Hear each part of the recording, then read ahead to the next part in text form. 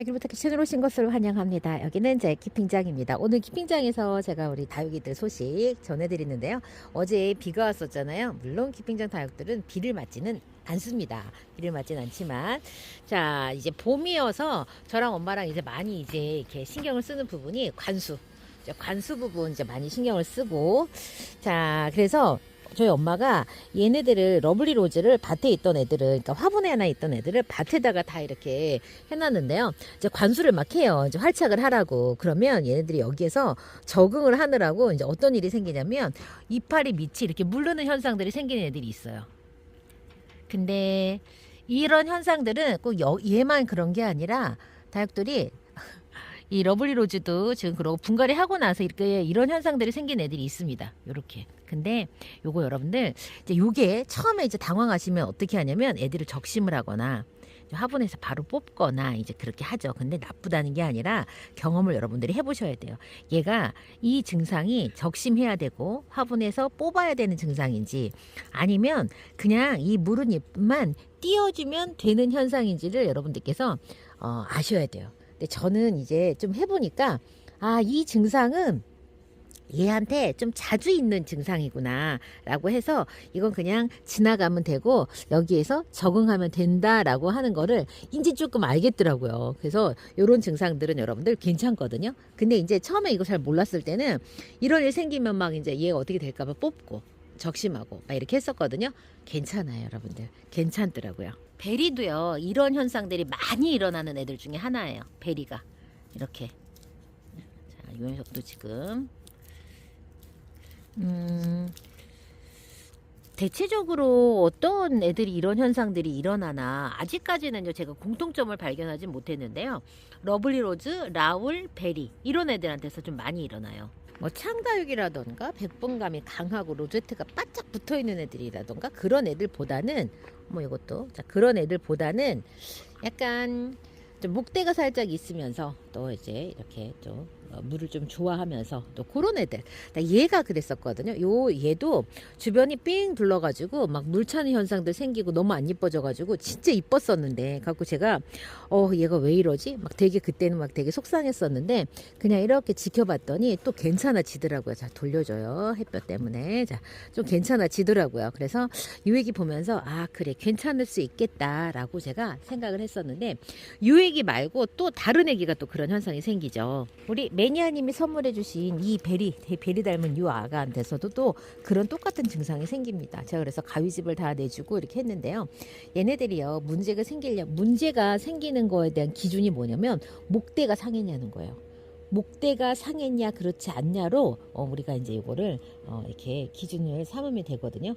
목대가 상하지 않았으면 괜찮아요. 목대가 상하지 않았으면 그냥 그대로 둬야 되거든요. 근데 얘네들은 이렇게 지켜보면 괜찮은 그런 아이들. 그래서 특히 이제 베리 애기들이 이제 잎이 이렇게 둘둘 떨어진다던가. 근데 베리는 목대가 바짝 붙어 있는 애도 그렇고 목대가 이렇게 있는 애들도 그렇고 그런 현상들이 있을 수 있습니다. 그 다음에 러블리 로즈한테서 그런 현상들이 생기면 여러분들은 빠르게 목대 문제가 있는 건지 아니면 잎 자체만 지금 물러서 얘네들이 빨리 얘네들을 떨고 내려고 지금 그러는 건지 그걸 확인하시면 되거든요.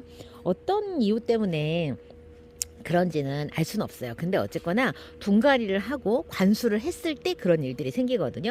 환경이 변화가 되면서 저는 그런 생각해요. 환경이 이렇게 조금 변화가 있으면서 얘네들이 적응을 하면서 이제 그런 현상들 잎을 조금 떨궈내야 된다고 생각하는 그런 현상들이 생길 때 이런 일들이 생기는 것인지 제가 지금 계속 보면서 관찰을 하고 있어요. 그래서 여러분들도요 다육이를 이렇게 이제 키우다가 보면은 다육이한테 문제가 생기는 걸 발견할 때가 있어요. 근데 얘가 이 문제를 어떻게 해결할 것인가 하는 거는 다 모든 것을 다 똑같이 뽑고 적심하고는 아니거든요. 어떤 애들은 기다려주면 되는 애들이 있어요.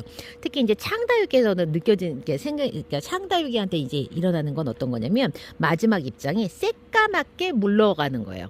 그러면은 그게 우리 이제 옛날에 이제 단지 사장님이 저한테 뭐라고 했냐면 이거 하엽지는 거의 한 방법이에요라고 이렇게 설명을 해주셨어요. 하엽을 지는 거의 한 방법이라고 했거든요. 그러니까는 지금 생각해 보면 저도 그런 생각이 들어요.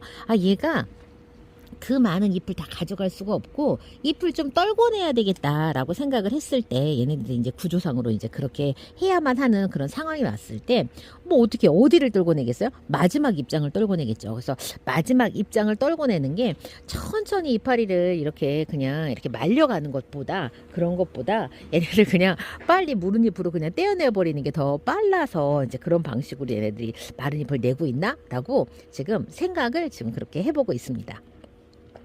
자, 이렇게 이제 이 시즌은요, 계절이 변화하는 때잖아요. 이제 봄이 왔잖아요. 겨울에서 온도가 점차 올라가고 있죠. 사람도 환절기가 되면 알러지 때문에 고생하는 사람들이 있고, 환절기, 간절기라고 해서 이때 또 건강 관리를 또 이렇게 잘 해야 하는 걸 우리는 너무 잘 알고 있잖아요. 근데 다육식물들도 마찬가지예요. 계절이 바뀌고, 그 다음에 또 이렇게 얘도 문제가 있다. 계절이 바뀌고 그다음에 또 이 환경이 바뀌었을 때 얘네들 케어하는 방법이 여러분들 좀 다릅니다. 와, 요거 지금 호리즌인데 이 호리즌 진짜 예뻤는데 이 호리즌도 좀 문제가 있네요. 이 녀석은 소환해서 이제 제가 봤을 때는 거의 얘는 생장점이 망가진 거예요. 생장점 망가져가지고 얘는 답이 없습니다. 답이 없어요. 그래서 여러분들도 요 진짜 이 계절 다육들 식물들도 살짝 어떤 그런 변화의 반응들을 지금 보이고 있으니까요. 조금씩 좀 이렇게 뭐라고 해야 돼? 남다른 눈으로 관찰을 하셔야 돼요. 다육이를 맨 처음에 시작하시는 분들은요, 다육이가 다 거기서 거기 다 똑같은 것처럼 보여져요. 그러니까 초보라서 그런 거죠. 맞아요. 초보라서 그런 거예요. 그런데 다육이를 조금 많이 키우셨던 분들은요, 다육이가 다 다르다는 거, 그 다음에 다른 특징들을 잡아내죠. 그건 다육이뿐만 아니라 코노, 립톱스, 하와이시, 아프리카 식물 모두 다에 다 적용이 돼요. 그거는 다르니까 얘네들이 다른 이름을 갖고 있는 거잖아요. 그런 차이를 찾아내는 정도가 되면 똑같은 매일매일 보는 이 식물이라 하더라도 얘네들의 미묘한 변화를 알아차리는 거예요. 그게 굉장히 중요한 거더라고요. 저는 그거를 잘 몰랐었어요. 그런데 그게 굉장히 중요한 거예요. 굉장히 중요해요. 그래서 얘네들한테 해충이 생기면 가장 먼저 보이는 증상들이 뭐냐면 생장점 주변이 묘하게 어떤 그런 배설물들로 지저분해져 있고 입장이 새 잎이 진짜 묘하게 못생기게 올라와요. 그런 것들을 바로 관찰하셔야 되고 입장 주변에 이 흔적들이 있어요. 벌레의 그런 그 배설물 흔적들이 있는 걸 그거를 잘 찾아내는 거는 관찰이에요.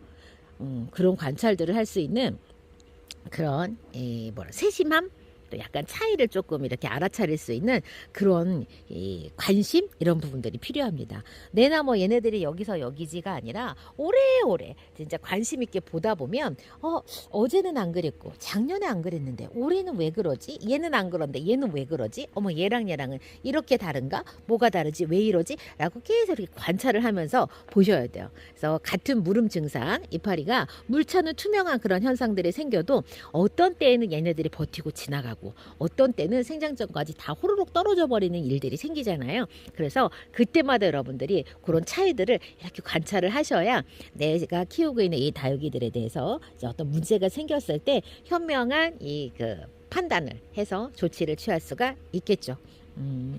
올해 들어서야 제가 그런 눈들이 좀 더 생기는 것 같더라고요. 다육이를 키운 지가 지금 횟수로 치자면 벌써 저도 6년 차에 접어들었거든요. 횟수로 치면 6년 차에 접어들었는데 이제서야 그런 증상들이 이렇게 나타나면 얘는 좀 괜찮을 것 같아.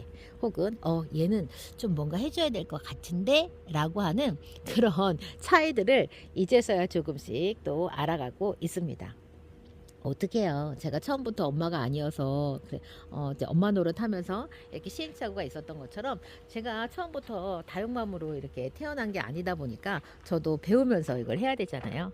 진짜 이쁘다. 그렇다 보니 이런 시행착오들도 겪어가면서 어떤 때는 뽑아버렸고 어떤 때는 적심도 해봤지만 어떤 때는 또 기다려주기만 해도 된다는 것을 알게 되는 이렇게 이제 배워가면서 저도 다육맘 이렇게 지금 하고 있습니다. 오늘 제 이야기를 들으면서 여러분들은 어떤 점을 알아가시면 좋겠냐면 나도 그런 적이 있었는데 라는 공감, 나한테 저런 일이 생기면 나도 잘 관찰을 해야 되겠다라고 하는 예방, 저는 예방이라고 그냥 표현하거든요. 그래서 이렇게 여러분들께서 그런 포인트로 얻어가시면 좋겠어요. 자, 이번 시간은 여기에서 마칩니다. 저는 다음 시간 다른 이야기로 다시 또 찾아뵙도록 하겠습니다. 그럼 안녕히 계세요.